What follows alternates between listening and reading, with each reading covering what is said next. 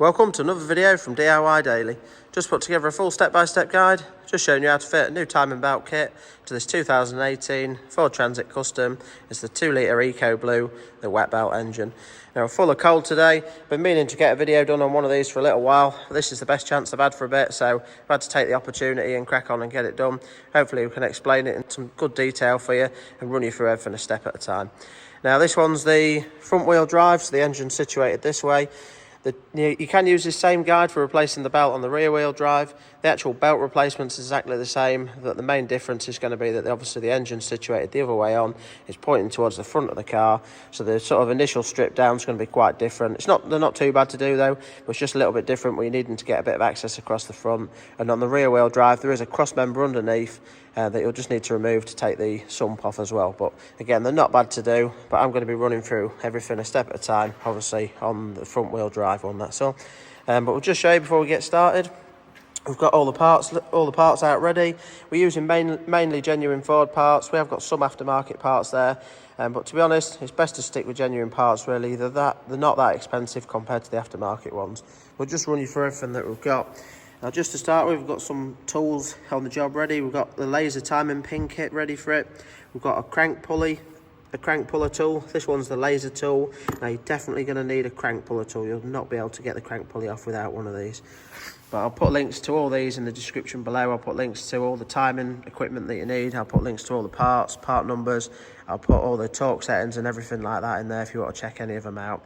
And any other information, it'll all be listed in there for you. But yeah, we've got genuine timing cover. It comes with some new bolts in there as well. New crank seal built into it. Obviously, that comes separate. We've got some genuine Ford sealant for the cover there.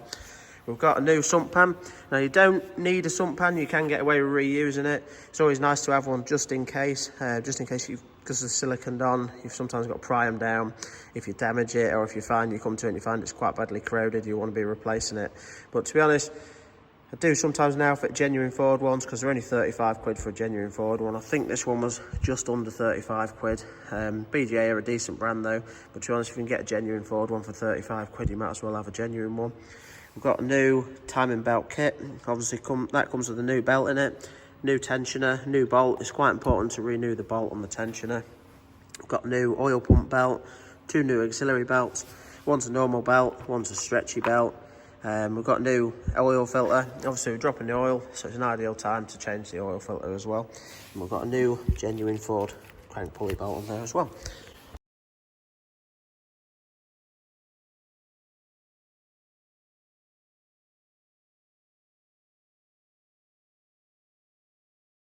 Now, just before we get into the video, if you haven't already subscribed to the channel, just click on the red subscribe button below to make sure you don't miss out on any future content. We've got quite a few other videos on there you might want to check out. But just to start with, we'll crack on. The first thing we're going to do, obviously we're using a 2-poster ramp today. It does make the job a bit easier. At some point we're going to need to drop the engine mount off, so we'll have it up in the air. We're using a vertical jack. Now, the only thing is, normally when doing like a timing belt, you'd sometimes be supporting the sump to lift and lower the engine. But in this case, we need to take the sump off, so we've got to put the jack underneath the engine to support it. It does make it a lot easier on a ramp because we're going to be up in the air. We can put the jack underneath the engine. If you're doing it on the ground, you'll need to jack it up quite high, but then you'd need to support the engine with a normal jack just to lift and lower it a little bit. It is doable. It does make it a lot easier on a ramp, that's all. But I'm just going to do a few bits up top. Then we'll be putting it up in the air, doing most of the work from underneath. I'm just going to sort of make any bits from on top a bit easier if I can now while it's on the ground. But the first thing we're going to do is just take the headlight out. We've just got a couple of torque screws here. You can just see we've got one there. It's got like a Torx in the centre and a slot for a flat bladed screwdriver on it. So we've just got that one to take out, and another one just in there as well. So we'll just get both of them out now. We'll get the headlight out, and then we'll run you through anything on the top here, and then we'll get it up in the air. That's just a Torx 30 for the headlight screws.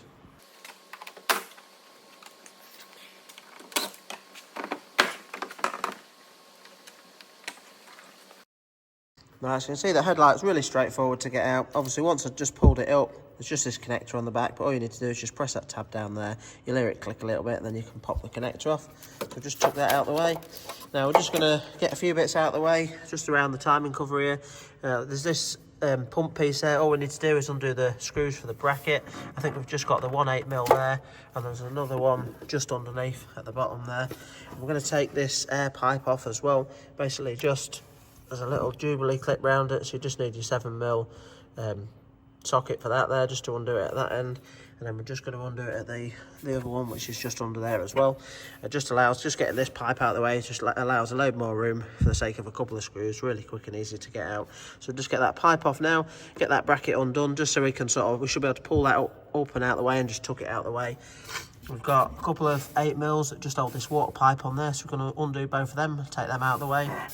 And one thing that we will do, I'll just pull that pipe out of there. Again, we'll just try and just tuck anything out of the way as much as we can. Now, some of these bolts here, they are a little bit tight, so just because I'm going to be up in the air, and then once I'm up in the air, we're taking the mount off, I do tend to just slacken these off just while it's on the ground. It just makes it a little bit easier. I'll just literally give them half a turn, all 4 of them, and the same with the ones on this mount there, just to slacken them off, just so it makes it a little bit easier for me when I'm up in the air. Just when you're doing it on a ladder, obviously it's a little bit trickier. So we'll just do that next, and then crack on and run you through this next step after that.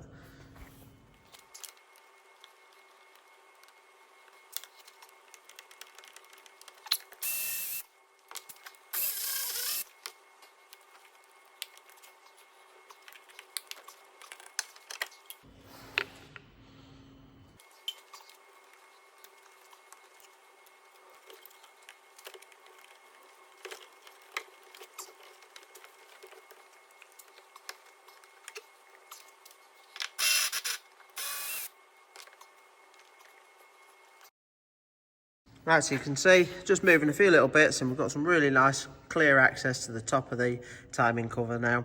Just took that bracket out of the way up there. I've just undone this pipe work and just pushed that into that corner up there and out of the way as well. Now I'm hoping to do this without disconnecting the cooling system and losing any coolant. I'll make a decision when we get it up in the air, because there is a pipe across the bottom. Now you can do it with it still on, but it might be better for the video and might make it a little bit clearer if I just disconnect it. So we'll see about that once we get up in the air and get everything stripped down. But just for now, the cooling system's still sealed up. Everything's out the way there.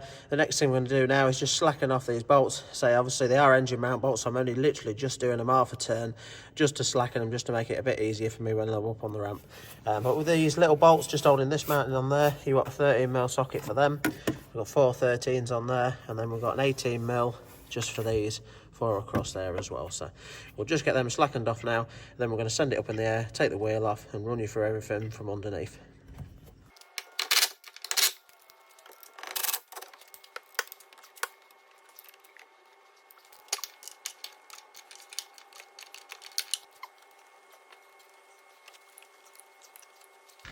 Alright, so that's them 8 bolts slackened off, and I did just decide as well, these are 15mm.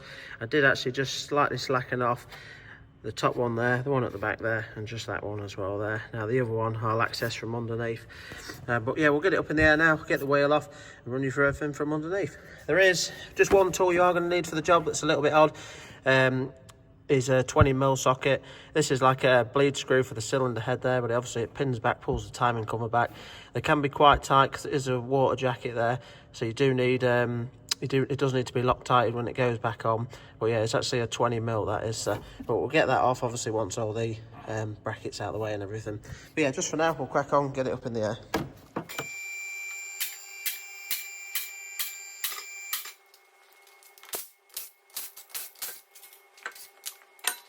Right, so now that we've got it up in the air, got the wheel off, you can start to see we're just going to need a bit of access down here. Now we've got this first cover to take off. It's really easy to get this off. We've got some 10mm screws just holding it on, some 10mm bolts, just one there, another one there, and another one there. We're just going to undo 3 of them, get that out of the way. Now this is the pipe that I was on about where it's routed, so it's not actually in the way of the timing cover. It might just undo the 10mm nut just to take the bracket out of the way and just hang it, leaving loose. Hopefully it's not really in the way too much on the video. It's just if we don't have to disturb the cooling system, saves us having to bleed it all up and everything, which will be loads easier. But I'm just going to, just while we're setting about doing this job, I'm just going to undo the sump plug and just drain the oil out of it. Just let it drain while I'm doing that. Just give it a chance to get the oil out, and then we'll not be taking the sump off just yet. We'll get all the timing cover and everything stripped off first, and then we'll take the sump off after that. But yeah, I'll just drain the bulk of the oil out and then just put the plug back in. And then, so while that's draining, we'll just run you through stripping some of this off.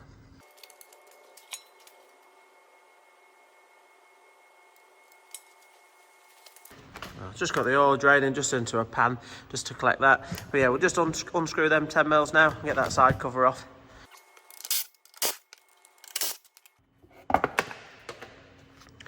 Right, so now that the outer cover's out of the way, next thing we're going to do is take this inner cover off. Now again, it's just held on with a load of 10mm bolts. We've got one there that you can see, another one just up there. We've got, I think it's just a nut in that hole there, and I think there's just one up, there's one or two up there. I think you can just see one there. There might be another one just towards that side, but I'll just crack on, get it off, and just run you through if there's any that's in a bit of an odd place or anything like that.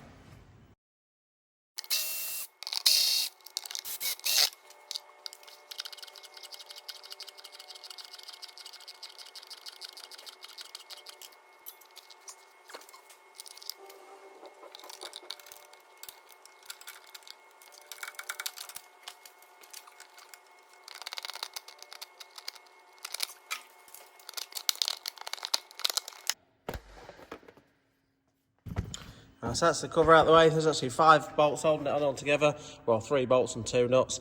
Now, one of them, there was one right in that top corner, but if you just reach over the subframe from the back, you can crack it off and quite easily just spin it off with your fingers. So that's that cover out of the way. Right, so next step now, we're just going to undo this little 10mm there just to take the power steering bracket out of the way. There's another one behind it which just holds the water pipe. And I'm just going to undo them just so I can leave the pipes floating a little bit. As I said earlier, if it gets in the way of the video too much, I might take this water pipe out of the way, but I don't really want to disconnect that if I don't have to. But at this stage now, I'm going to get it ready just to drop the engine slightly, take that engine mounting off, just to give me a bit better access to everything on this side before we get the auxiliary belts and everything off. I mean, they're not too bad to get off at this stage, you could do, but it's not going to matter whether we do it now or whether the engine's dropped down a little bit. So, but yeah, just to start with, we'll get these 2 nuts off to get them brackets loose, and then I'm just going to take off the stabiliser bar for the back, which is just going to make it a bit easier for lifting and lowering the engine. And all we need to do to get that off, we've just simply got a bolt at the back there, just going directly up. And then we've got a bolt going horizontal across through there just for that bracket. Because what we'll normally do is we'll take this piece out, and then we're just using a vertical jack. It just makes the job a little bit easier, but we should be able to just slot that. I think I normally put it in that gap there. Now you can, if you want, if you've got a bit of rubber padding or like that, just put it in there just to cushion it as well. But as long as you're careful with it, it's not too bad. Obviously, if you're not doing it on a ramp, you're just going to need to use something just to support your actual jack underneath the gearbox. That's all, just to support it, rather than obviously you need to leave the sump fully clear so that you can access all the sump bolts. That's all. So we'll just get that bracket out now and get the jack underneath it. Then we can get back up top and just undo the mounting off the top. And as we do that, just before you take your mounting off, just make sure that you take the weight with your jack, take the weight of the engine so that it just starts to lift the engine off just slightly, just so that when you undo the bolts, the engine doesn't just drop all of a sudden, that's all. But yeah, we'll just crack on, get them few bits done next.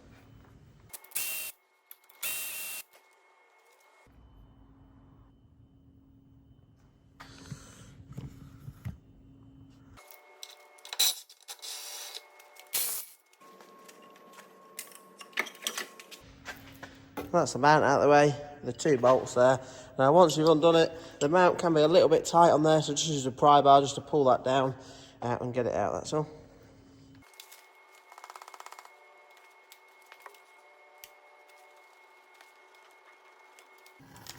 Right, so just put the jack underneath there. You can see it just slots in the middle of that gap. Now I didn't have a bit of rubber, so I've just put a rag on top of it. But it slots quite nicely in the middle of that gap. And I've just pumped it up enough just to take the weight of the engine. It's just started lifting it.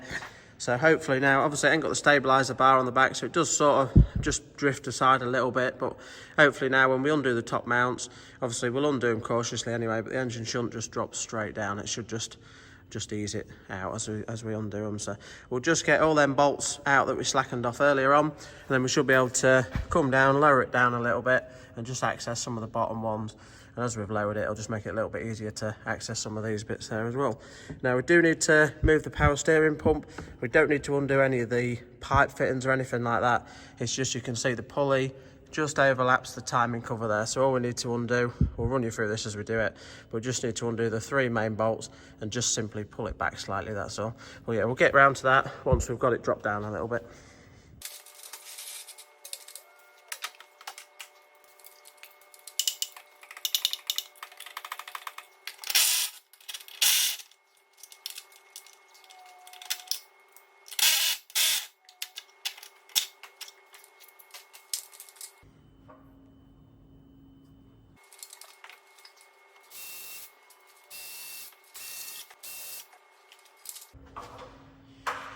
Right, so just from on top, I took the main mount out, and then I've took 5 bolts out of the bracket that bolts directly to the engine there. Now you'll notice the one in the centre is a black-headed one. It's a little bit longer than the other 4. I've just left 1 more bolt in the bracket at the minute that I'll need to access from underneath. So all we're going to do now is just use the jack just to slightly lower the engine, just so that we can access that bracket, and then get these belts off and move on from there. Right, so we've just lowered it slightly there. Whenever you're lowering an engine, just be careful, just sort of watch and just listen as you're doing it. Just make sure that nothing's snagging or nothing's catching as you're lowering it down, that's all. And also you don't want to lower it too far, but just lower it enough so it just gives you a decent bit of access to everything, that's all. So what we're going to do next, it's got a stretchy belt on this side, so it doesn't have a tensioner on it. I've got a new belt, so I'm just going to cut that off, just nice and easy to get that out of the way since we've got a replacement. If you haven't got a replacement and you're reusing it, I'll show you the tool that I'm going to use later when I'm refitting the belt, because you get little tools for fitting stretchy belts, that's all. It's just you have to wind them onto the pulley rather than like this one's a tensioner there, so we're going to show you how to slacken that off in a minute. But yeah, I'll just snip through that, and then all we're going to do, just with a tensioner to get the other auxiliary belt off, you just got a 15mm spanner. I've just got this ratchet spanner there. You just put it on there, and if you just turn it in the clockwise direction, you'll just see you can just pull it round there. As you pull it round there, it takes the tension off the belt, and you can just pull the belt off. So we'll just get them 2 belts out of the way next, and then move you on to the next step after that.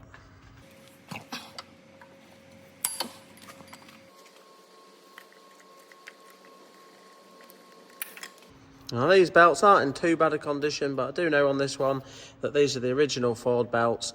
It's actually only done 30,000 miles, this one, but it's 6-year-old now. It's never had them replaced, and obviously they're coming off, so it's an ideal time to replace all the belts while you're at it. So we're just going to do it at the same time. Right, so now the belts are out of the way, next thing we're going to do, just the tensioner there, we're going to need to get that off, and you're going to need a Torx 45 bit to get that off, just in the centre there. So we're just going to undo that now and get that out of the way.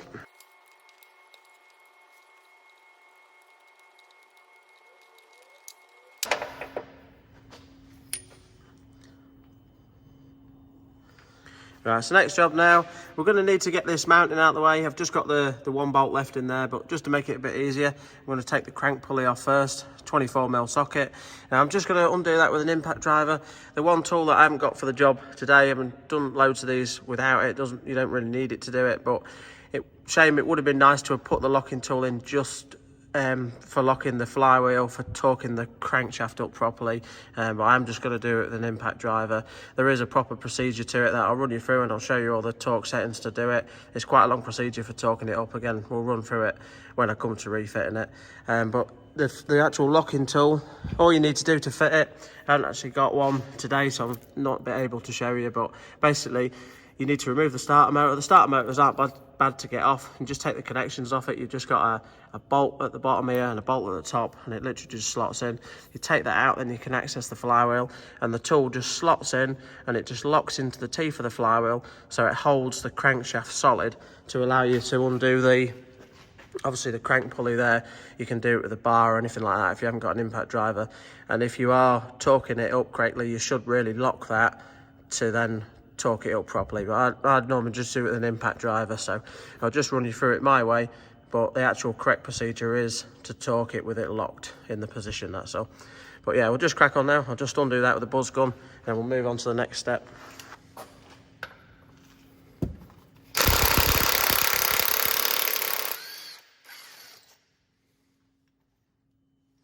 Right, so next job now, this is why we're going to need to use the crank pulley puller tool. You'd struggle to get this off without the tool. This is a laser tool. I'll put a link to this one in the description below. There's a few different types of pulley that you can get, but this is a decent one. I'll put a link to that in the description below. But basically it comes with a little insert. You just put the insert in the middle there. It just protects the threads on the crankshaft there. And all you do, some that you get are adjustable, so they'll have slots in them just to thread it in, but this is an exact one for this pulley. So the two outer bolt holes just line up with them bolt holes there. We'll nip that up and then obviously just wind the centre in there, and it'll just pull the pulley off the shaft, that's all.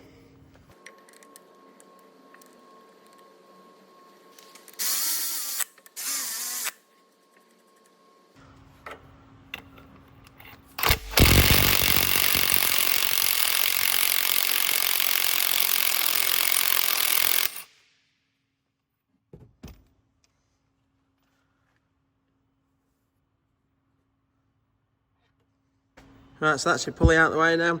Now, just one thing that's worth noting with these pulleys, I have seen these where they've been leaking oil and people have made the mistake of putting a crank seal in it, and they keep putting the crank seals on it. But I've seen them with actually a worn ridge in the centre of the pulley there, so it's always worth just checking that and just making sure if you have got an oil leak from there, just have a quick look at your pulley and just make sure it hasn't got a worn ridge. You can see on this one there's a very slight line there, but you can actually, if you run your finger across it, you can feel it's not an indent. Whereas the one that I've come across in the past where it's had like a ridged line in it, you can actually feel the indent. And obviously putting a seal in wasn't going to fix it. It needed a new pulley on it. So there's no wrong with that one. That's okay, going to be okay to reuse.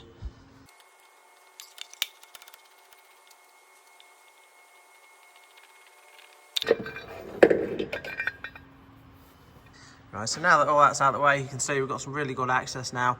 We're nearly getting there to the point where we're ready to take the cover off. Soon will that be undoing that 20mm bolt there. As I said earlier on, it is into a water jacket, but it doesn't tend to lose a lot when you take them out. So I normally take them out. If it does start leaking a bit, you can just put it in lightly just while we finish getting the cover off, and then just put it back in just to bung it up while we sort of get the job done. When we refit that, we will need to put Loctite on it, but they are quite, because they're Loctited in, you will find that it's quite tight. And obviously just check before you do the job that you've got 20mm socket as well. But the next thing we're going to need to do before doing that is just get this power steering pump out of the way. And all we need to do, you've just got one 10mm bolt at the bottom there, and it's got two. It's a little bit tricky to show you on the camera, but it's actually got two just up the top. You can access them quite easy. Just need an extension on your ratchet. Just go over the top. Just go over the top of the pump, and then you can get on them. But there's three in total, and so you don't need to touch any of the pipe work. Just undo the main mounting bolts and just simply just pull it back slightly. That's all. So just do that next, and then we'll run you on to the next step after that.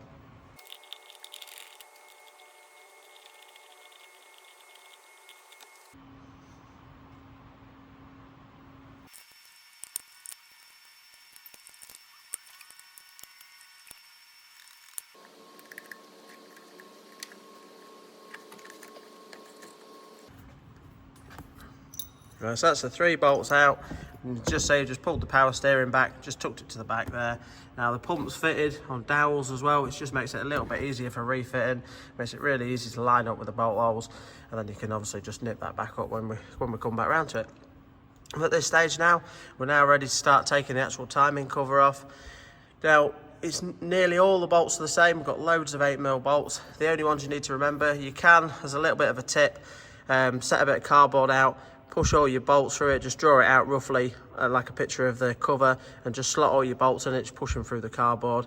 But if you don't want to do it like that, the only thing you really need to remember is these two bolts here, just to lower the fuel pump cover there. That one's obviously got the stud in it there, and this one's a 10mm, whereas all the other bolts are an 8mm, barring that main centre one, which obviously you can't get wrong because the thread's completely different, which is the 20mm there. So I'm just going to undo that 20mm now, and then we'll whiz round, getting all these others out, and then we'll get round to taking the actual timing cover off, because it's siliconed on, so it's going to be a little bit tight. We're going to just sort of pry it away lightly, and you'll find it sits on some dowels here. And just be careful as well when you're pulling the cover off. Sometimes the dowels can come off with the cover. Just take note of that, because if they do, you need to take them out of the cover and put them back in the block there, that's all. But yeah, we'll do that, and we'll just get around to getting that cover out of the way now, and then we should have access to the timing belt after that. Right, so just found my 20mm socket. Now I'm just going to crack that off. I might take it all the way out. I might just leave it until we've got some of the others all the way out.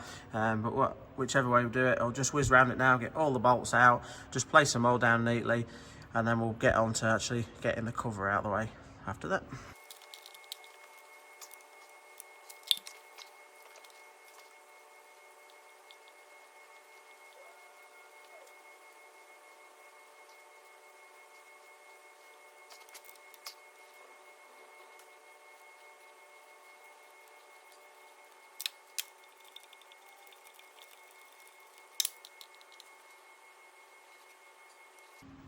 Right, so just slacking that off. Now this time when I've done it, there is a bit of coolant coming out.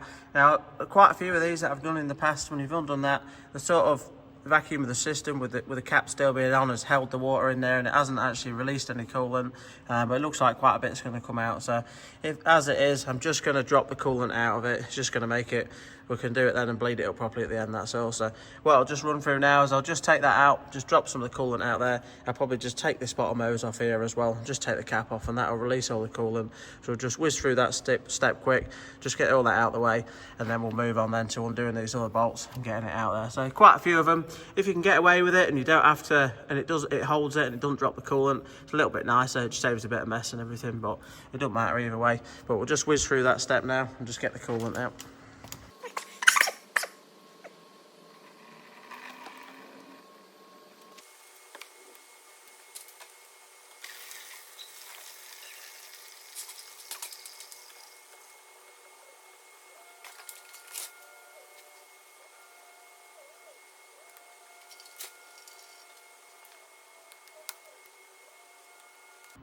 Right, so that's the coolant all dropped out. You can see it's not too bad a job to do, but I always like to just crack this off first, just see if anything comes out. So I've done quite a few of these where nothing's come out at all, and I've actually been able to do it all without disassembling any of the cooling system. So, but yeah, just to get it off, just simply crimp up the back hose clip there.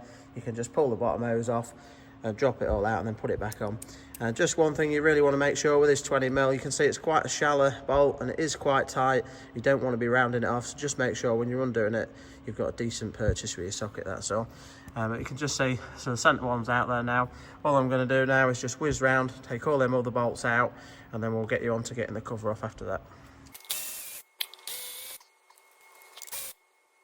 Now, I have just marked these two bolts on the new cover just to say one's a 10mm, one's a stud, but it's pretty self-explanatory as well because the threads are different on these two, but you can see that obviously that one is a lot longer, so it's quite clear when you're putting it back together which one's which as well.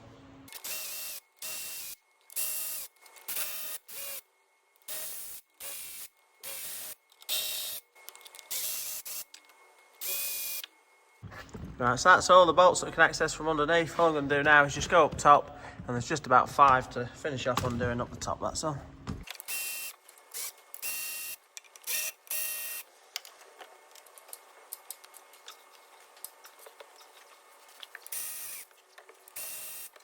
Right, so that's all the fixings out the timing cover.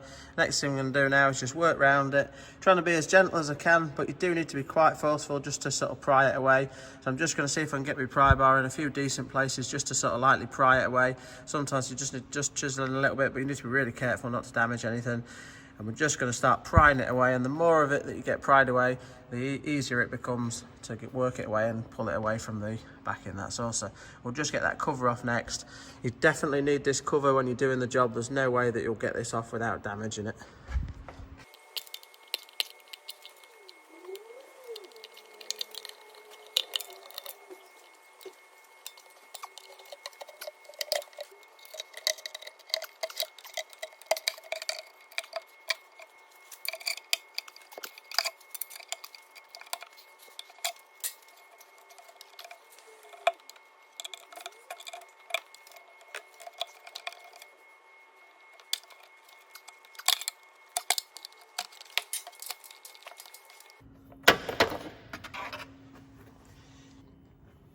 Right, so that's the timing cover out of the way. As you can see, bent like a banana now, so I'll definitely scrap that. The dowel did come out with the cover, so I've just saved that. We're just going to refit that now. Well, actually, I'll leave that out loose and I'll refit it afterwards. It makes it a little bit easier with it out. Obviously, it just slots in there. but with it out, we'll just put it in there for now, just till we start cleaning it up. But you might just need to tap it in. But with it out, it just makes it a little bit easier for cleaning the face up. But you can see with the cover off now, we can see all the timing belt. This is the oil pump on the bottom there, and there's the timing belt up there.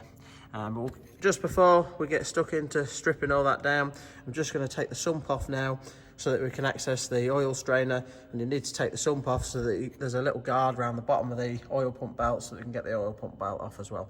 So we'll just crack on now, get the sump off, and then run you on to the next step after that. Now the sump is just held on with a load of 8mm bolts all the way around.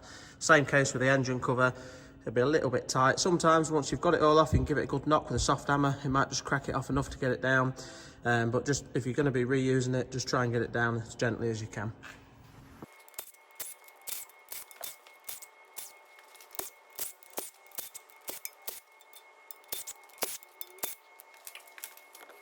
So that's all the sump bolts out. You can see quite a selection there, but they're all the same, all 8mm leaded bolts and all the same depth. So we'll just get the sump pop down there.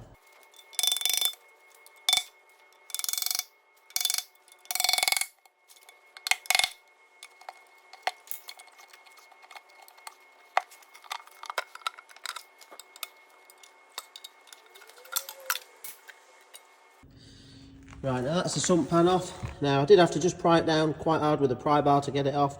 Now I wasn't being quite as careful as I maybe would have been doing if I was going to be having to salvage the sump. But it's always best to have one on standby, and really with the price of them, it's always worth just putting one on at the same time. It just saves that risk. If you have slightly bent it, you don't want to be doing the job again if it doesn't quite seal up, that's all. So, but now that that's out of the way, we can now see the strainer. And it's really important on this just to check the oil strainer. Now you can see in there, that's actually really clean on this one. There's not any bit of debris in there at all. But the issue that happens with these wet belt engines, when the belt deteriorates, it breaks down, or the rubber goes in the sump, and then the strainer, it gets sucked up into the strainer and it blocks the strainer, and that's what causes a lot of trouble. So if it's all bunged up in there, you need to be if it's not too bad, sometimes you can just swirl it out with some brake cleaner, but if it's really bad in there, you'll need to just undo the strainer. It's really easy to get off. Take it off and just clean it out properly. But you can see that one looks mint on this one, so we're not going to need to do anything at all with that one. But the reason you need to get the sump off as well, so you've got to get it off to check that, but you've got to get it off to do the oil pump belt anyway. Just that there's a little guard just here. You just need to undo these little 8mm to get the guard off so that you can take the actual belt off, that's all. I think there's actually just the one bolt actually on that cover, so we're just going to undo that 8mm now, take the guard down. Then we'll be able to take the oil pump belt off. Now, you see the oil pump belt, they're quite slack. They don't need to be mega tight or anything. There's no tension or anything on them. That just slots over onto this pulley, and you're going to need to get the pulley off to put it into the timing position, because the marks are on the back pulley there, or gear wheel. And we're going to be lining it up with this gear wheel in a specific location. So once we've got that off and got the oil pump belt off, I'll just run you through putting it into the timing position. There's two marks at the top on the cams, two holes that two pins go through to pin it up. Now there's quite a lot of revolutions. We're going to turn it over quite a few times to time it up, but once we've got the belt off, we'll run you through that in a bit more detail. And then when we've got the belt off and the tensioner off, we're going to be giving everything a really good clean down. It's one of the sort of worst bits of the job, is just cleaning all this silicone off all around the cover, fitting, and on the sump as well. So but yeah, we'll just crack on now, get that bolt off around the oil pump belt and show you how to get the belt off.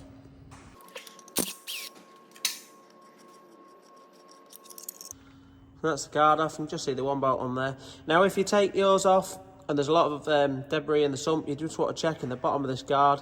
There is a little drain bung in it, a little drain hole in the bottom I think, but it's always worth just checking that, and if it has got any stuff in there, just give it a quick clean out as well. And now that's off, we can see the bottom of the oil pump belt. And all we're going to need to do, you can now just pull this pulley away from it. Now there is a little shim on the back of the pulley as well, I think, and it does line up with a little keyway. So I'll show you that once we've got it off, but we'll pull the pulley away and then we'll be able to get the belt unhooked and pull the belt round and out.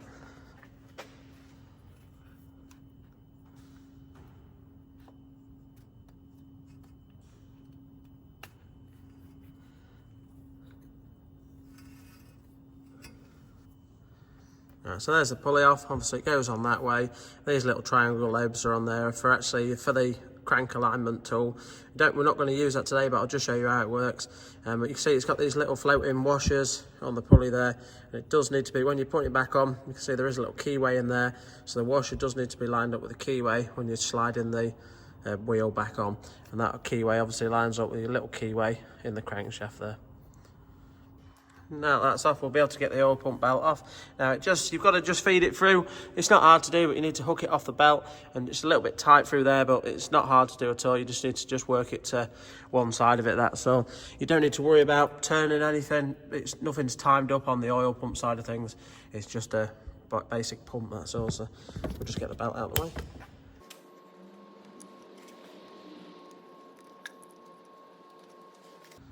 That's it, so pump belt out of the way. And so it's a bit hard to tell sort of how worn they are on these wet belts. So if it's really worn, sometimes when you're rubbing them, the belt will start breaking away. No, this one's not too bad because there's no debris at all in the pump. So, but so you really need to do them just out of a matter of precaution on these transits anyway. It's just, we've seen some that have been quite badly deteriorated and not broken, but we've had others with engine failure where there's not actually too much debris in there, but they've just simply got to the point where the belt's got weak and it's just ripped the teeth straight off the belt and obviously knackered the engine. So, but all we're going to do now is just put the bolt in. We're just going to wind it in by hand. We're going to need to start turning the engine over to put it into the timing position.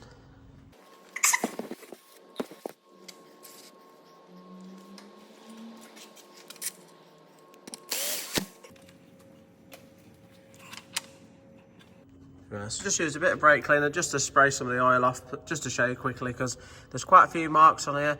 But basically when we've got it in the correct position, this little mark there, the pink one, is going to line up in the middle of the pink one there, in between the two teeth. And then we've got on the camshafts, there's a little pinhole that's going to line up with two holes in the back, and they're at the top of the engine. Basically, it's a little bit of a different setup on this engine because obviously it's driven by gear from there to there. But normally you'll get two rotations, and it is the same with this engine, but it'll just take a few more rotations because of the gears and the way it's driven. But you'll get two rotations of the crankshaft to one of the camshaft. But because this one's gear driven, once we've got it set up and we're rechecking it, it actually takes about 14 full turns of the crankshaft to get everything to line back up again properly. So bit of hard work turning it over just to check it once you've got it right. And obviously we've just took it apart at the minute where it landed, so I don't know how many revolutions it's going to take turning it around to get everything to line up, because you might find that you get this one meshing and lined up with there, it's in about this position there, but your two holes in your crankshaft could be at the bottom and not lining up with the holes. If that's the case, it'll be another 7 full laps and you'll see that this will then line up again. But when it lines up for the second time, your two holes on your camshafts will be at the top in line with the pinhole. So I'll just show you the two holes at the top before we get going, then we'll turn it over and I'll stop once we're in the timing position ready to pin it up and show you where that is.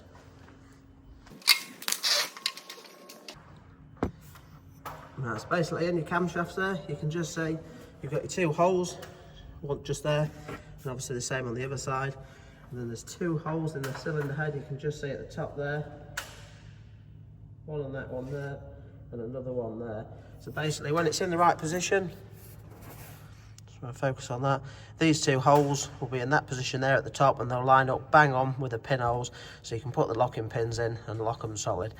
If you line your crankshaft mark up and your two holes are at the sort of bottom position here, 180 degrees out from the actual pinholes, then you'll need to do another, keep turning it over. I think it'll be another 7 full rotations until it lines up again, and you'll find the second time it'll line up that these will be in line as well. So we're just going to get the ratchet out now.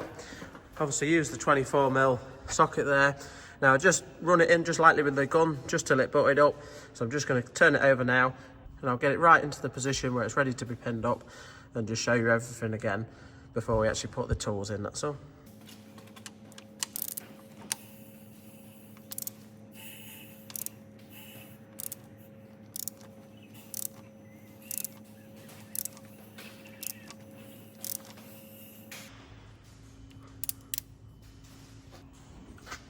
Right, that was a bit of a bonus. I think we've actually landed right near the timing position. So I'll just show you quickly.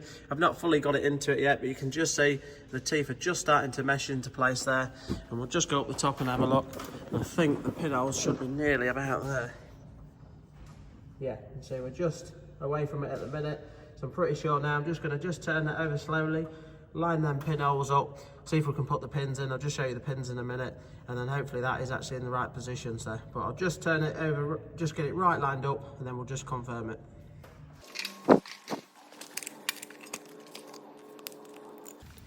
And just in the kit, these are the 2 pins that we're going to be using. Now, rather than lining this up perfectly, I'll show you why in a minute, but I'm going to just concentrate on getting the 2 pins in the camshaft. So I'll just turn it slightly and try and get them in.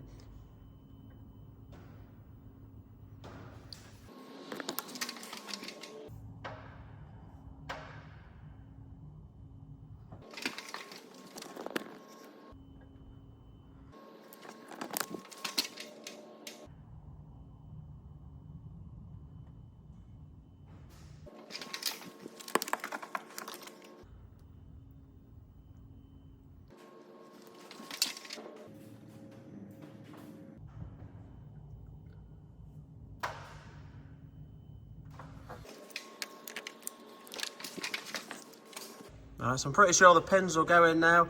Now I'll just show you, I'll just try and get the pins in first, but I'll just show you why. It's just when it's in the actual timing position, you can see that the 2 marks, they don't line 100% really against each other. If you do get them in the bang on position, when we put the the crank holder tool on, it will just pull them slightly squarer. But you really need to just line your 2 cams up and just get them so that we can put the pins in first. So just show you the 2 cams.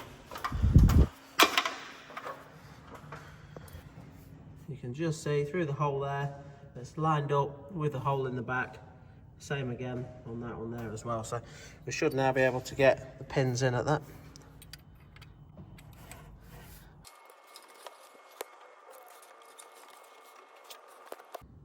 Now that's the 2 timing pins in and locked into place.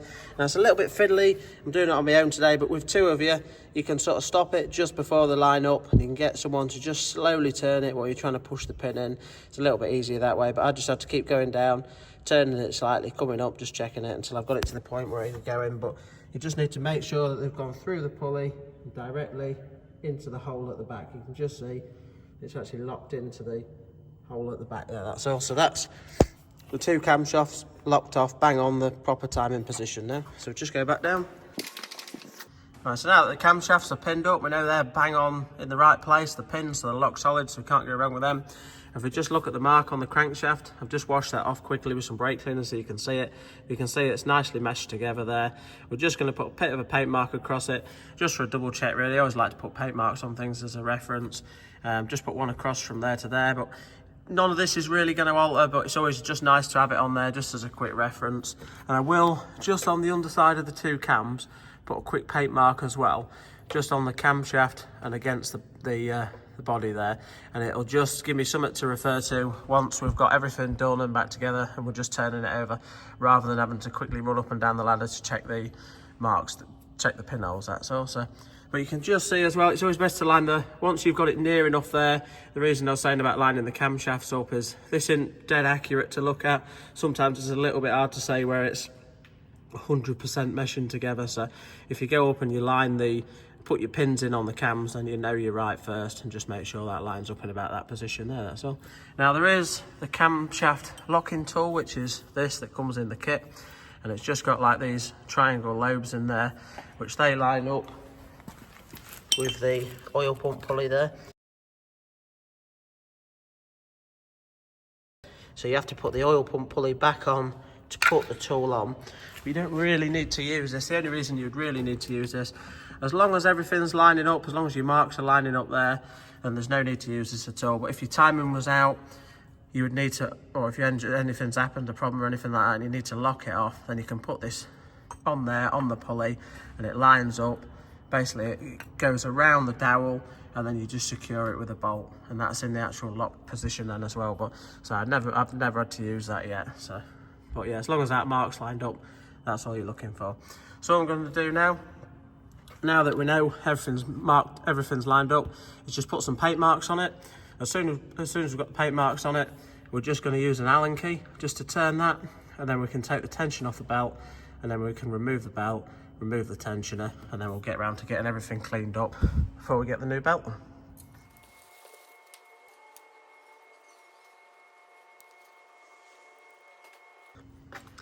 So that's my paint marks on, just as a little double check really. It's always nice to just put your own little marks on, and you can see I've just put a couple up there on the camshafts as well, just so I sort of know where they are. But now all I'm going to do is just take the tension off the belt and get the belt off. You just need an 8mm Allen key, that just goes in the little slot there. You can just see if we just turn that, it just takes the tension off the belt. Now you can just pull it back and pull the belt off, or you can, this is a pin that comes with a new tensioner, you can use a drill bit or anything like that. I always just keep that as a spare now, just to lock it off. It's just if you pull it into the off position, there is like a little slot where you can just drop that in, and it holds it in the off position when the belt's slack, so you can just get the belt off nice and easy. So what I'm going to do now is just get the belt off.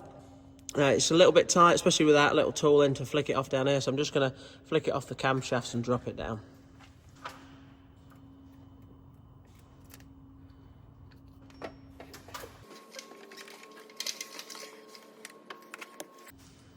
And that's the belt off.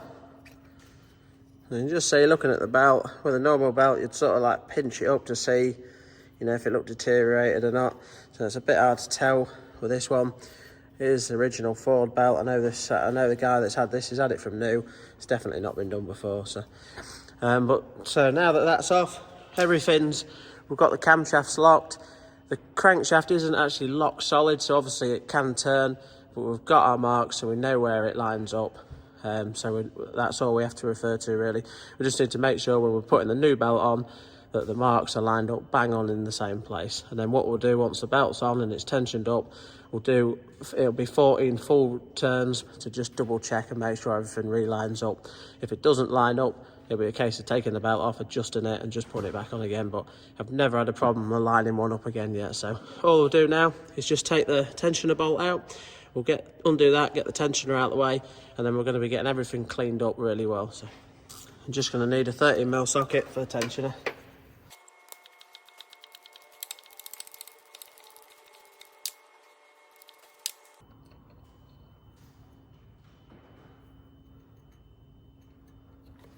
Right, so that's the tensioner out of the way. You can see where it locks against, it's actually within the tensioner itself, so as you undo it, it doesn't obviously spring undone or anything like that, it stays in the sort of unsprung position. And just one thing to take note of as well, it does only fit in one position. You can just see there's a little lobe just there, and that actually, obviously it bolts up there, and the little lobe just sits in that little hole there, and that's what locks it in the right position, so just be aware of that when you're refitting the new one. I can see you're looking a bit bare in there now that the timing belt's all out the way. Now this next step, I'm just going to skip recording. It's just basically I'm going to clean everything up. It's just the camera. It's a bit time consuming. The camera gets in the way a little bit, but I'll just show you exactly what I'm going to do, and then we'll skip to the step once I've cleaned it up. Now I've just got a fresh razor blade. There's a few different ways you can use to clean it up, but I've got a nice fresh razor blade. You can scrape along the edge, but you just need to be careful. You're just looking to scrape and clean the silicone off. You don't want to be gouging it in and damaging the metal there, that's all. And I've just got this little tool as well with a metal wire wheel on it. That sort of cleans it up quite nicely, but again, it's a little bit awkward to get in some of the little nuts and crannies, that's all. So I might take that dowel out while I do it. Depends if I can work around it okay as well. Like I said earlier on, I've got the other dowel out, but I'll pull that in once it's all done. But all I'm going to do is just work around it all now. Just getting all the old silicone cleaned off, get it really nice and tidy in there. I'll have to do the same around the sump as well, get all that all really mint in there, and then once it's all cleaned up, I'll give everything a really good clean down with some brake cleaner so that all the debris is out of the way. Obviously it's ideal to do this now all the sump's off. It's just all this mess is just going to come down and drop out the bottom.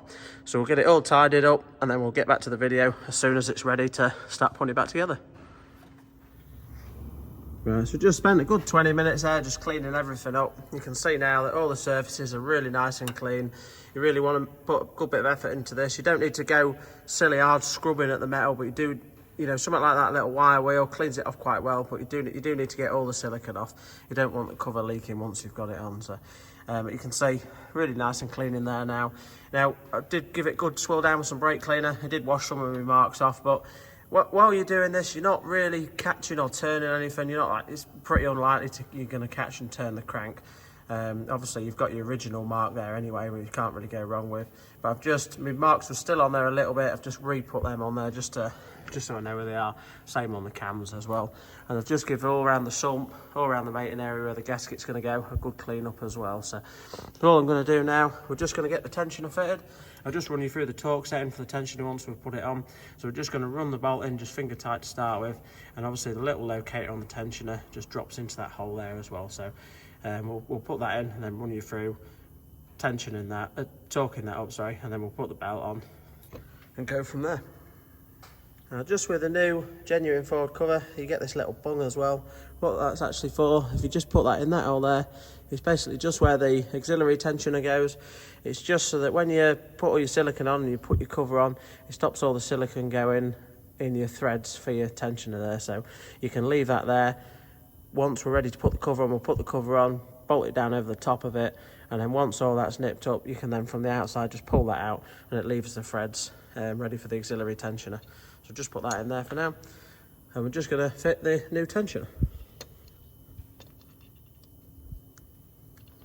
Now you can just see that locator there where it lines up in that hole at the back. And this new tensioner does come with Loctite on the thread already as well.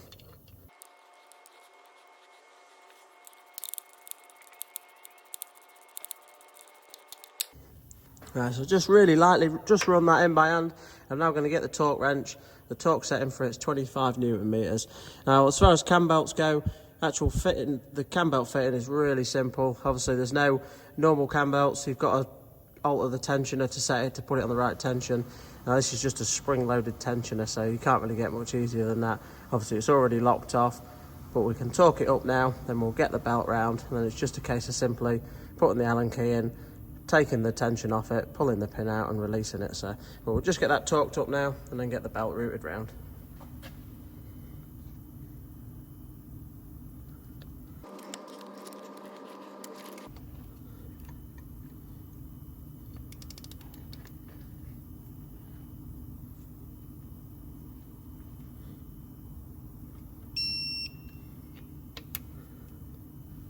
I didn't realise the torque wrench wasn't fully on show on the gauge on there, but that obviously just clicked off at 25 Newton meters.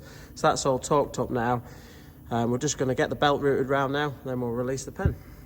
Now, I never said earlier on, but with a timing belt, you should always really turn an engine the direction that it would usually be turning. It's not really advised to turn an engine backwards. Obviously, when you're timing it up, if you just have to tweak it slightly backwards, it's not too bad, but really you should always turn it in the same direction that it will turn when it's running. Now we've got the cam belt ready to fit on. It's good practice as well. Sometimes belts have arrows on. If it hasn't got arrows on, just fit it so it's in the direction that it's going to be running as well. So if that's there like that now, it's basically going to run in that position there, so it's turning that way. So we'll just get it looped round, fed up to the top, and hook it over the cams.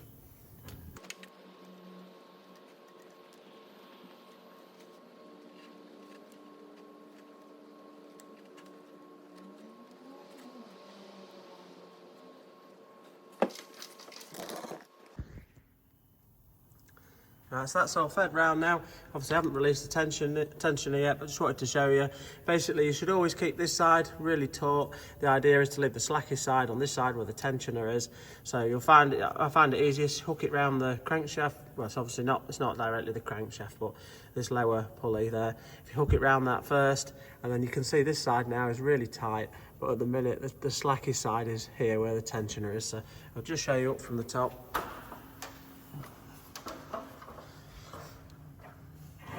And you can just see, basically, as I pulled it up, I sort of just pressed it into them the teeth on the cam there first to keep this side nice and taut, and then you can just sort of guide it across around this cam. And then at the minute it's quite slack on this side. Obviously that's, as soon as we take that pin out of the tensioner, that's going to take that slack out. So, and just before you do this, just double check, make sure your pins are in. Obviously I know they're in there, but if you're not very confident with it, just have a quick peek with a mirror or your camera just to make sure they are directly in the holes. And obviously just confirm your timing marks down below, and then we can release the pin. So just do that quickly now.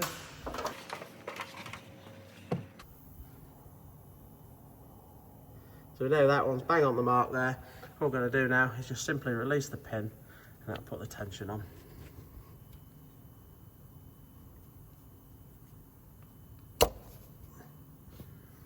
And that's it, that's tension the belt now. You'll just see it's taken that slack out there.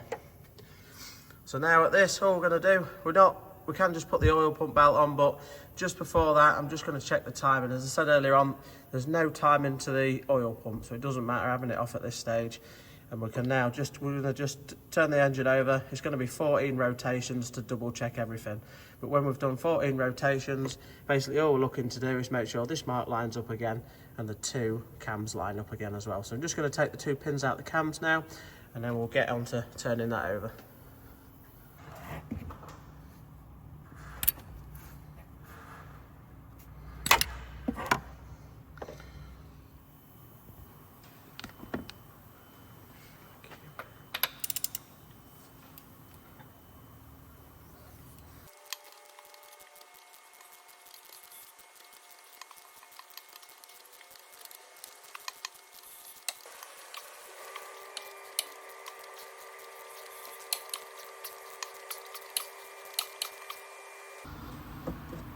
Just stop to show you quickly. At the minute we must be on 7 rotations, and just to explain what I was on about earlier on, you can see we've lined up on the bottom there, but if we just go up to the cams, it should be 180 degrees out on the cams. You can just see your timing holes are at the bottom, so it's 180 degrees out at the minute. That's why it's 14 rotations. So if we do another 7, we should then be timed up bang on in the right place.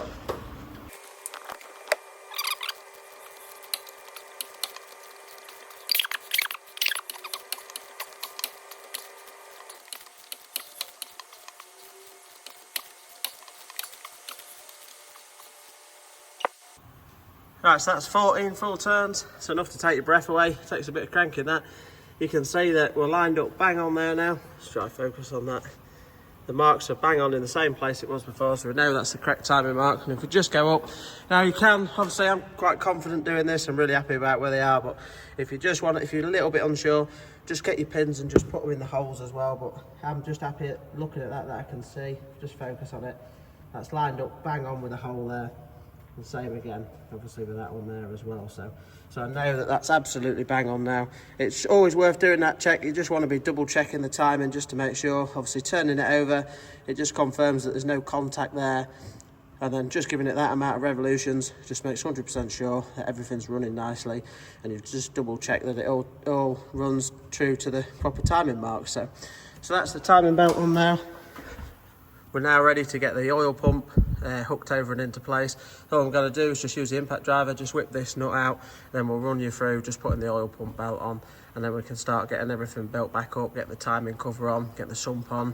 I'll just run you through everything a step at a time as we're getting it back together. Now, some other bits, putting it back together, I'll speed through because obviously it's just the same as taking it apart but in reverse order. But anything that needs torque settings or anything like that, I'll run you through all that in a bit more detail as well. But I'll just get this, just buzz this pulley out now, and then we'll run you through getting the oil pump belt on.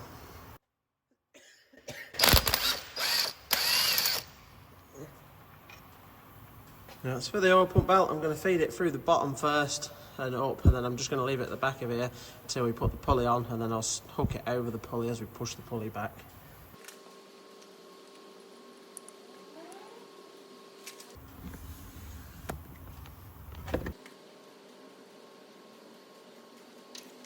So I've now just got the pulley to fit, and it fits, the lip side of it points towards the outside just to stop the belt coming off that way. And as I said earlier on, just need to make sure, just focus on that. This washer moves at the back, so you need to make sure that's lined up so that it can slide over the keyway on the crankshaft, that's all. You can't quite see it, but the crankshaft's just at the top at the minute. So. And then just as we sort of guide it on, we're going to need to feed the belt over the top as well. So it's a little bit fiddly, but it's not hard to do.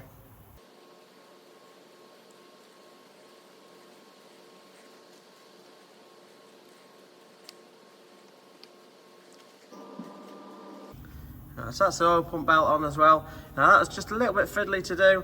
It's just you've got to sort of leave the belt off at the back or just partially on the teeth. Make sure that ring stays in line so that you can slide the pulley over, and then get it over on there at the same time as well. I had to pull it off there and then just hook it on at the back there. It's just because it's quite tight in there, it just makes the belt a little bit taut to get on, but it's not bad at all really, just a little bit fiddly. So, but that's on now. Next thing we're going to do now is get the timing cover all siliconed up, ready to go on.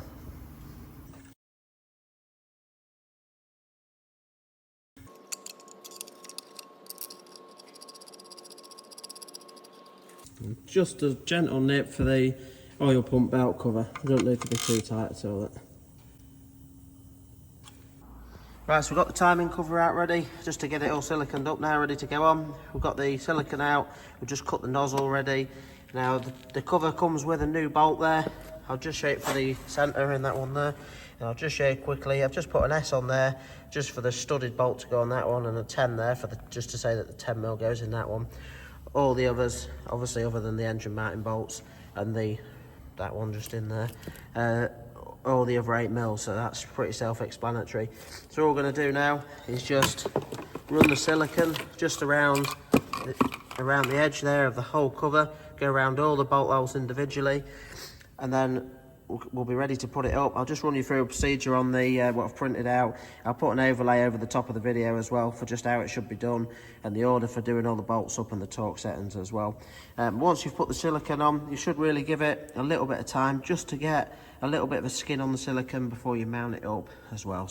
But I'll just run you through the procedure quick, and then we'll get going, get it all siliconed up and lift it into place. When you're lifting it into place, it's a little bit fiddly, but basically you need to lift it up, locate it over the dowels, and you can sort of push it in then, just gently push it in all the way around, put all the bolts in, and I'll run you through the order anyway, just quickly, just for what it shows. If we're just looking at the printout, but I'll overlay this over the video anyway, as like a still shot, but you can shoot, it just tells you where to apply the silicone on the cover there, where to apply it on the actual mounting pieces there, and then we've got the actual torque settings for it as well, and we've got the order that you should nip them up. Basically 1 and 2, which is number 1's the 13mm and number 2 is the 10mm, I think. They should be 18 Newton meters, and then all the other, just do them two first, and all the others are 10 Newton meters, and obviously you should do it in that order, that's all as well. So but generally it's a bit common sense as well. You're sort of nipping it up nice and evenly all the way across. If you're not following the exact procedure, basically just a light run round with them all, and then just torquing them up or nipping them up after that. So but yeah, I'm just going to crack on, get it siliconed up, get it all mounted up, and get it fixed into place now, and then obviously after that we can then move on to doing the sump. So but we'll just get that on for now.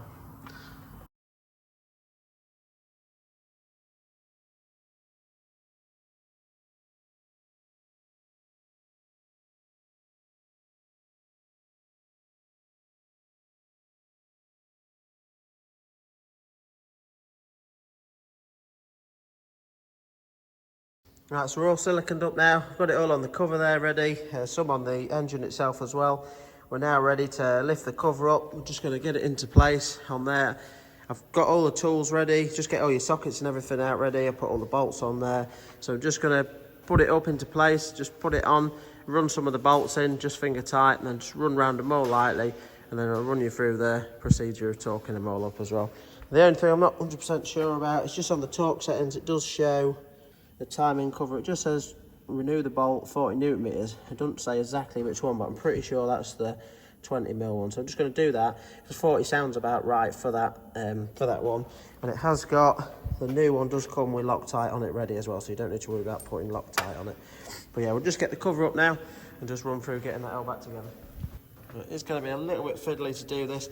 Just need to be careful with the crank seal there. You don't want to damage the crank seal. So you just got to grab it gently by the sides. It's a little bit awkward, but just be as careful with it as you can and get it lifted up into place.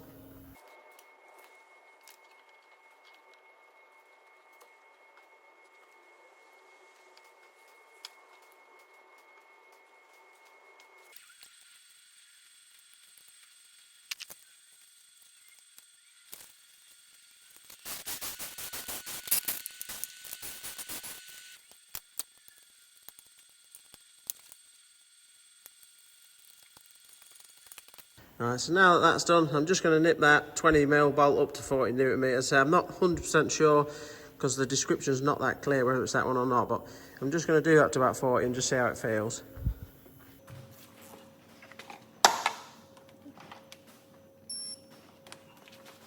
Alright, so now that I've done the centre one, all I'm going to do now is just nip round all the others. Just these two that are different, 18 Newton meters, and then I'll just run round all the others. And if you just follow the sheet as it says for the order, that's all to do them in. But I'm just going to torque them all up properly now.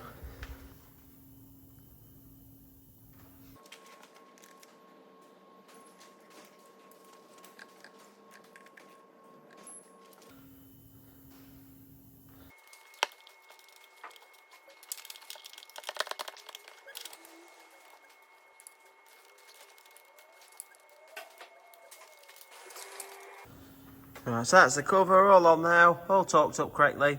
Next job we're going to do, I just want to get the engine mount fixed into place now, because it's the only other thing that goes through the cover, and that'll be all the holes filled in and bolted up nicely then, so you know that that's all in place, and then you can just give it a chance to let the silicone cure properly then. I will, when we put the crank pulley on, I'll just make sure I just put a little bit of engine oil just on there just to lube the seal up just as we push the pulley on as well. But yeah, we're just going to fit this mount in now. I'll overlay again all the torque settings for the mount, but we have got some new bolts that come in the kit. And obviously I just put them into place just to remember which one goes where, but the black one goes through the centre there. And if you just remember what I said earlier on, the black one's just a bit longer. But you can clearly see, looking at the mounting, it's just because it's a bit thicker in the centre, that's all. So we'll just crack on, get that mounted on now, and just get that all knit back up properly.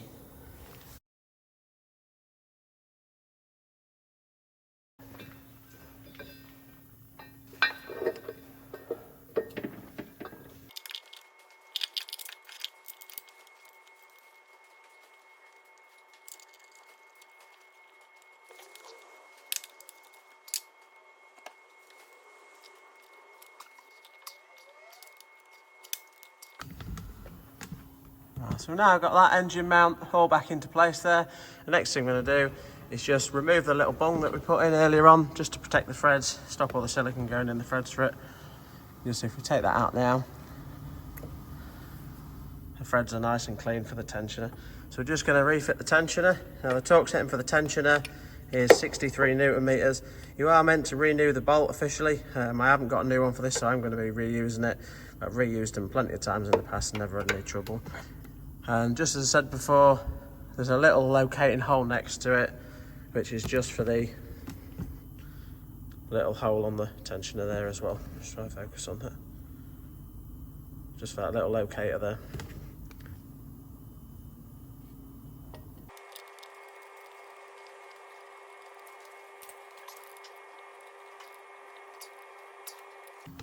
Just couldn't get the torque wrench in on that one. It's a little bit tight. I did just lower it. I could probably lower it a little bit more, but I didn't really want to strain anything. I'm quite confident just tightening things up, so just give it a decent nip, that's all. Next thing I'm going to do, just locate the power steering pump into place, just nip that up, and then we'll get the crank pulley on after that.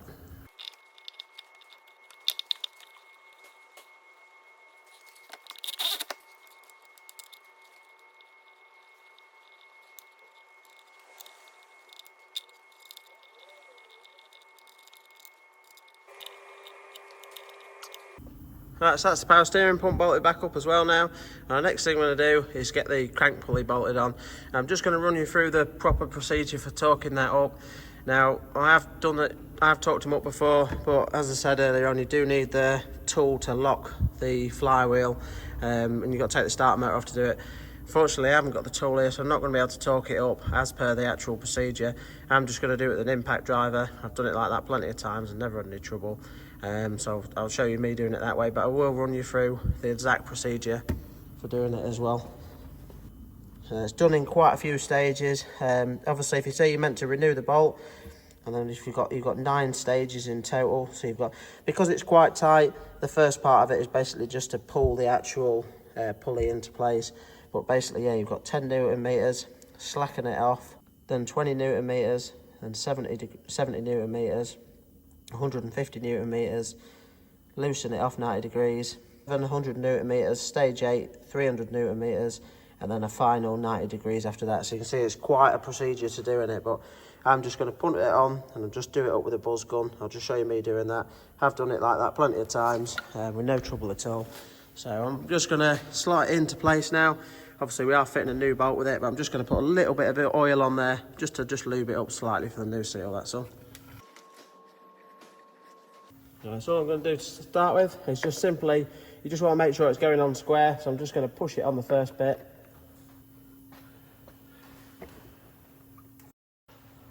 I'm just going to put the bolt on and just wazz it in just a bit, just to make sure it sinks it back nice and square to start with.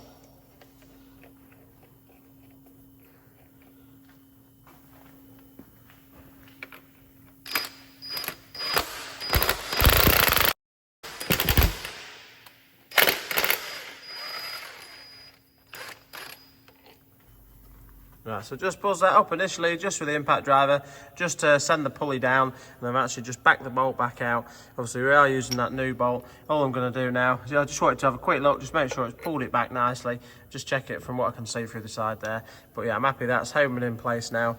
So I'm just going to run it in with the buzz gun and just give it a good nip down, that's all.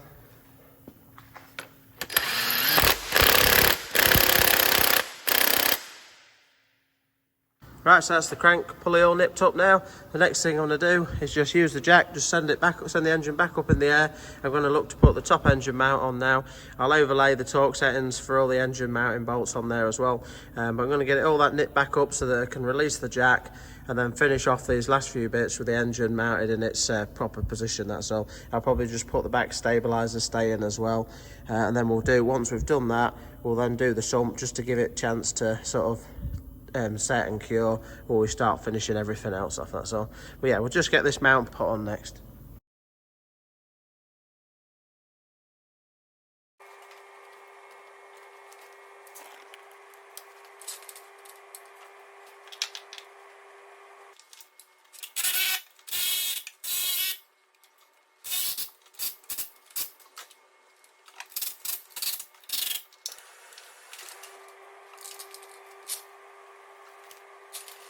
Right, so the engine mount's on now. It's all hanging, so I haven't put that back stabiliser mount on yet, but I'm just going to get the sump ready to put up first. We'll put the sump on, and then I'll put that stabiliser on after that, before we get on to building any of this lot up.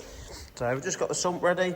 I'm just going to run around with the sealer again, and as we did with the casing, just give it enough time just to get a bit of a skin on the sealant before we put it up into place as well. I'll just quickly run you through the torque settings for the sump. Basically, it's done in 2 stages. The official setting is stage 1 is 5 Newton meters, and stage 2 is 10 degrees. And you can just see there's the order for the sump bolts as well, just to run them up in. So we'll just crack on now. We'll get that all on up into place, and then we can crack on getting the rest of it finished off.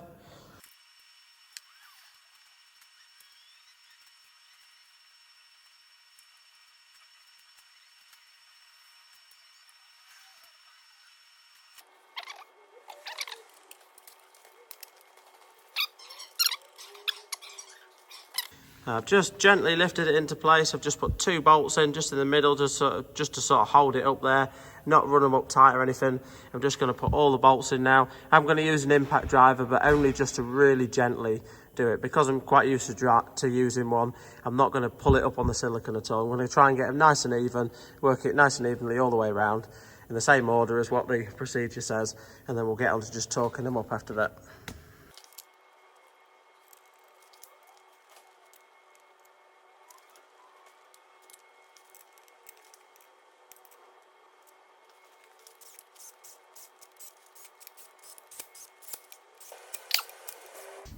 I was just looking at the torque wrench, didn't realise our torque wrench doesn't actually go as low as 5 Newton meters. But overall 5 Newton meters and then 10 degrees isn't that much, it's quite a light nip. So I'm just going to go around everything nice and evenly and just give them a bit of a nip down, and then a final run round. It's just a bit more than a light nip really, so we'll just finish it off at that.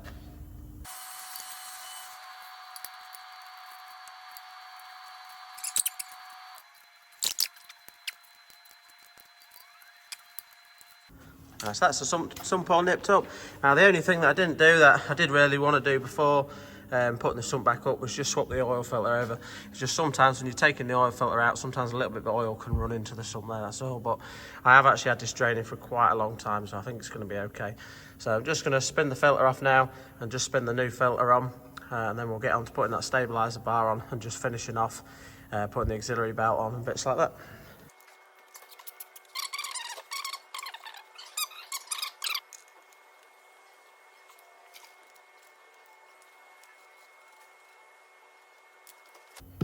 Right, so that's the oil filter on. Next thing, we're just going to put the rear steady bar into place.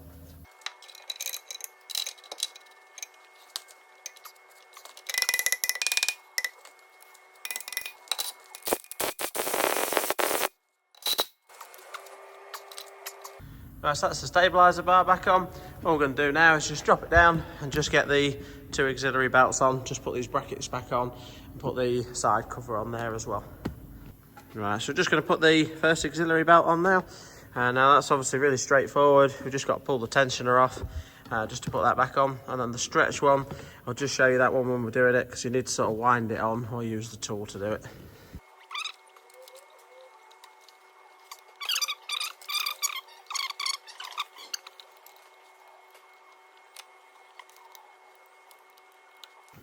Right, so that's the first auxiliary belt on there. So it's really straightforward to get that on. I'll just sort of show you just so you can clearly see the routing of it. If you're a little bit unsure how it goes, but you can just see it's around the alternator, around this side of that idler pulley, around the power steering pump, the aircon pump, the crank pulley, onto the tensioner. Now, when you've fitted it, just have a good look around, just make sure it's nicely in all the grooves on all the pulleys.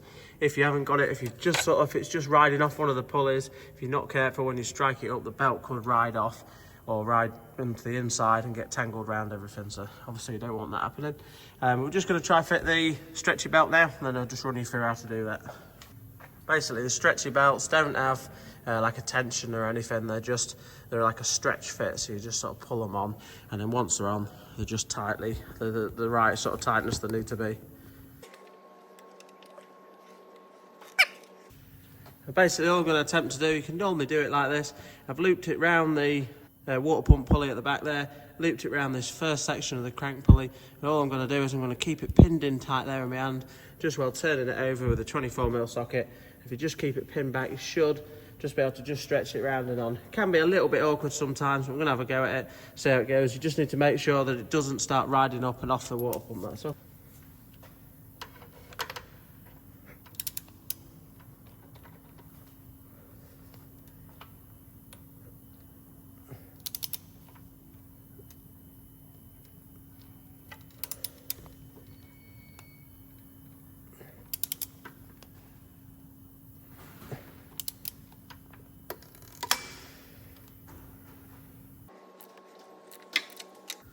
So that's it. As you can see, it's actually quite easy without the tool. Just put a little bit of pressure on it, just while you keep turning it with a nice long bar, like a ratchet, ideally quite a long ratchet, and then it'll just get to that point where it then just pops on. Just kept turning it a little bit just to make sure it was fully on the pulley okay. You can see that is as well. So all I'm going to do now is just finish off getting these two pipes secured up there, and then we'll put them two covers on as well. And then we'll nearly be ready to drop it back down and finish some of the bits from on top. Once we've done that, we'll be putting some coolant in it, and then just finally finish off. I'm going to leave the oil till the very last thing. You really want to be leaving the silicone a decent bit of time to cure if possible. So I've had issues sometimes with these when they haven't been left long enough to cure, where they've sort of, not with the timing covers luckily, but with the sumps where they've actually leaked afterwards. Not many times, but I've had it once, and it seems to work a lot better if you just give it that little bit of time just to cure properly, that's all.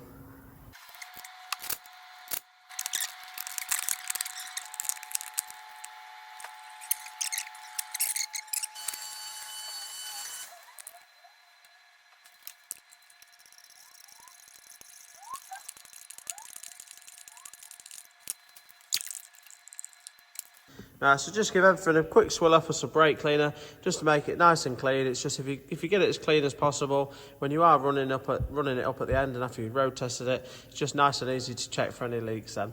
So I'm just going to fit this last cover underneath, I'm going to put the wheel on, then we'll be ready to drop it back down and just finish the last few bits on top.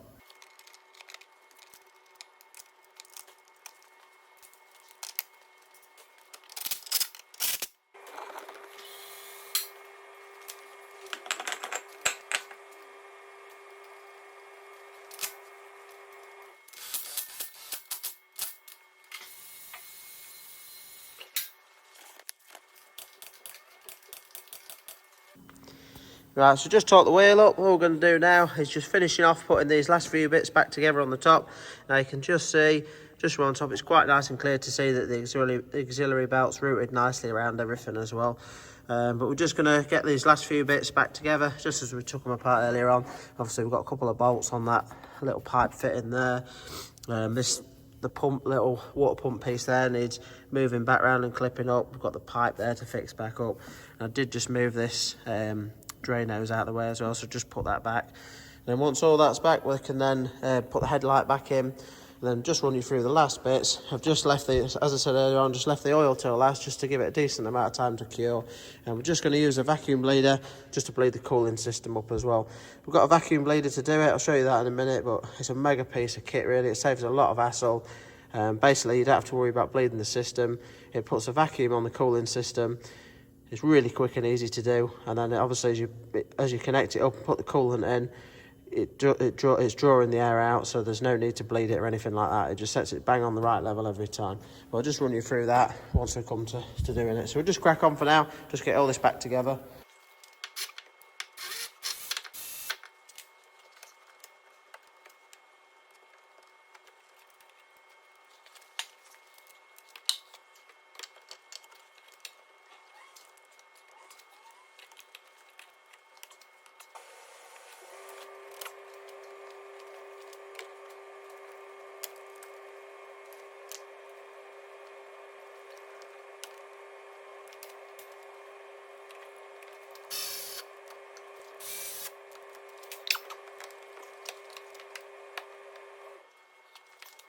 Right, so everything's clipped back up into place now. Just had a quick look round, just make sure everything looks okay.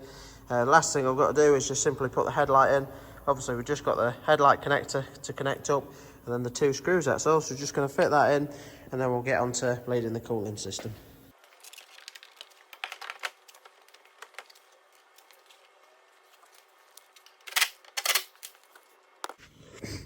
Right, so just got rigged up ready with a vacuum bleeder.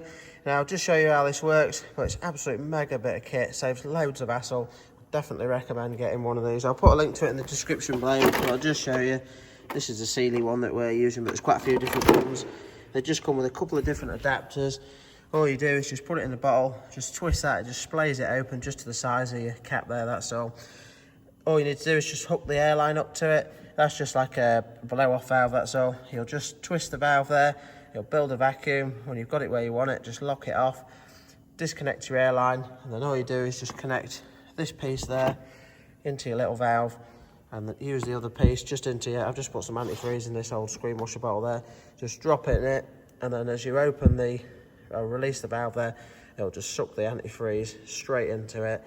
And that way, because it's got a vacuum in there, it'll just draw it up to the right level, and you'll have no air in the system at all. It just saves loads of hassle, saves you having to worry about bleeding it or anything like that. So we'll just crack on now, just speed through this bit.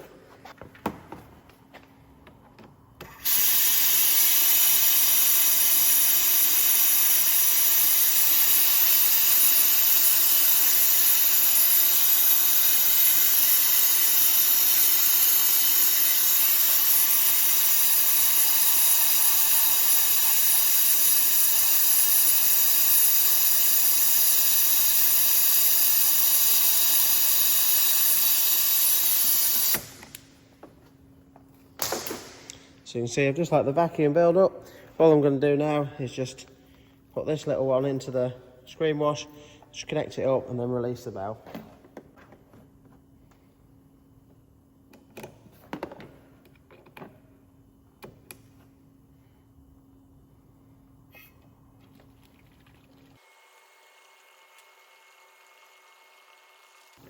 All I'm going to do is just watch it, and then when it's on the max, you just simply shut it off.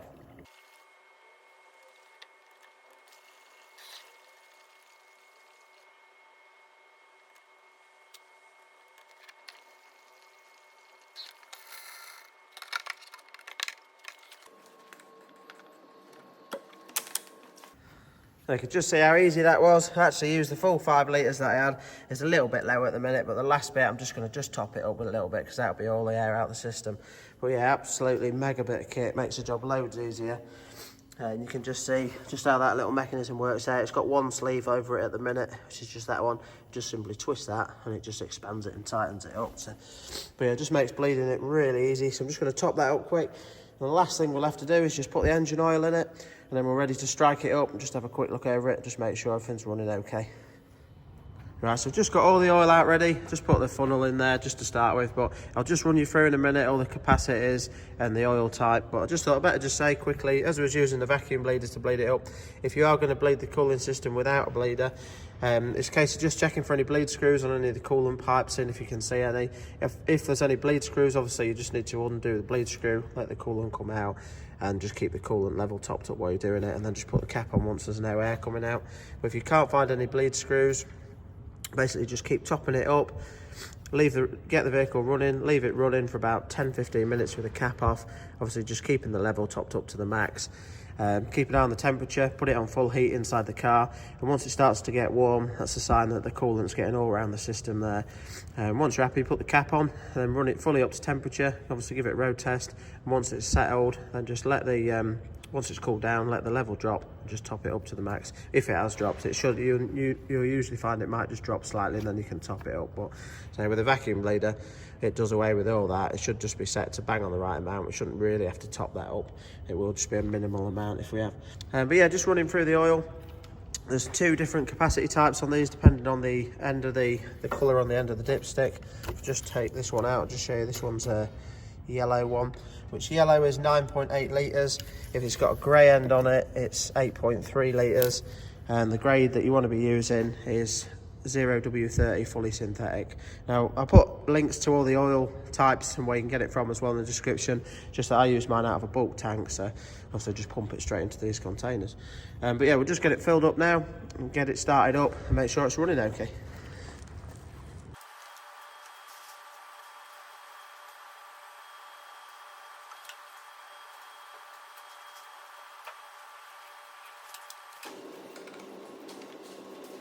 Right, so that's all topped up now.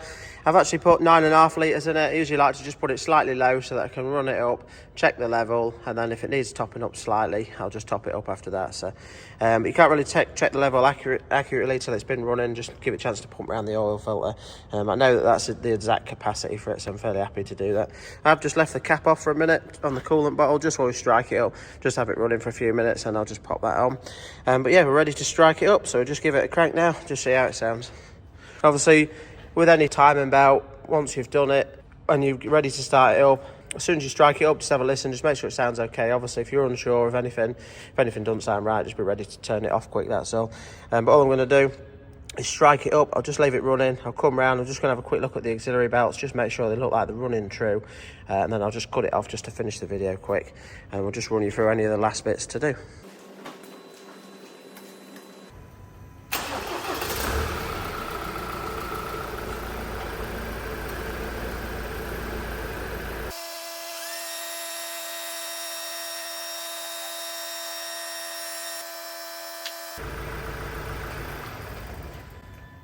So just struck that up, just had a quick look round. I was just having a quick look at the auxiliary belt. It's all running absolutely spot on. Now the cooling fan actually come on then to start with, but it's just because the air conditioning was on. But you do want to be sort of checking for things like that. Obviously if the fan had come on and the aircon wasn't on, coming on for a different fault.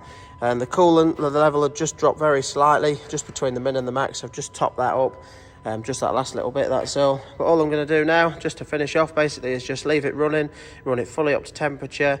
I'll put it up in the air and just have a good look round for any leaks underneath, just make sure it looks like everything's okay. And then just as a final check, I'll take it for a road test, and then I'll just bring it back in, just have a quick look again, just have a general check around, make sure everything looks okay, put it up in the air, and just have a quick check again for any leaks. So, but yeah, that's the full video on the wet belt replacement. Hope it helps someone having a go at theirs. As you can see, it's fairly involved, but not too bad a job to do really. And obviously the actual timing belt replacement itself, once you've got down to it, is really straightforward. It's not actually a bad belt to do at all really. So but yeah, hope you liked the video. If you did, give it a quick thumbs up and subscribe to the channel. And if you want to check out any of the tools or the parts used or anything, just check the description below and I'll put them all in there as well. But yeah, thanks for watching and we'll see you next time.